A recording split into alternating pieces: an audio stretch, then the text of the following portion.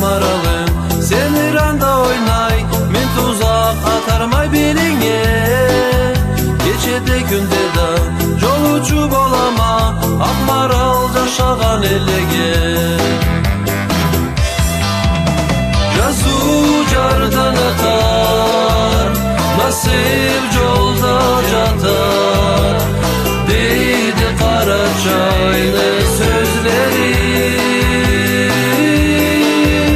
Beni eriterler, oban burçaklaça, ak maralnıyduğum gözleri. Beni eriterler, oban burçaklaça, ak maralnıyduğum gözleri. Seni başındağı Karacalıkçuğum, birer yucar aşat boynunda.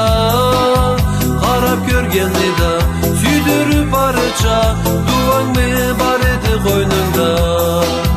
Talmağa dayansak, naratla daylansak, kiyikleri kaça ilgene. Cazunu imeyik, Allah'tan dileyik, gel ak maralım beni bir gemi.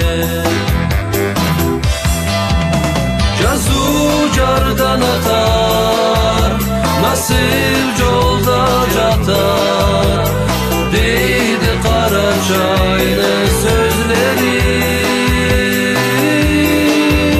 Beni eriterler, oban burçaklaça, ak maralnıyduğum gözleri. Beni eriterler, oban burçaklaça, ak maralnıyduğum gözleri.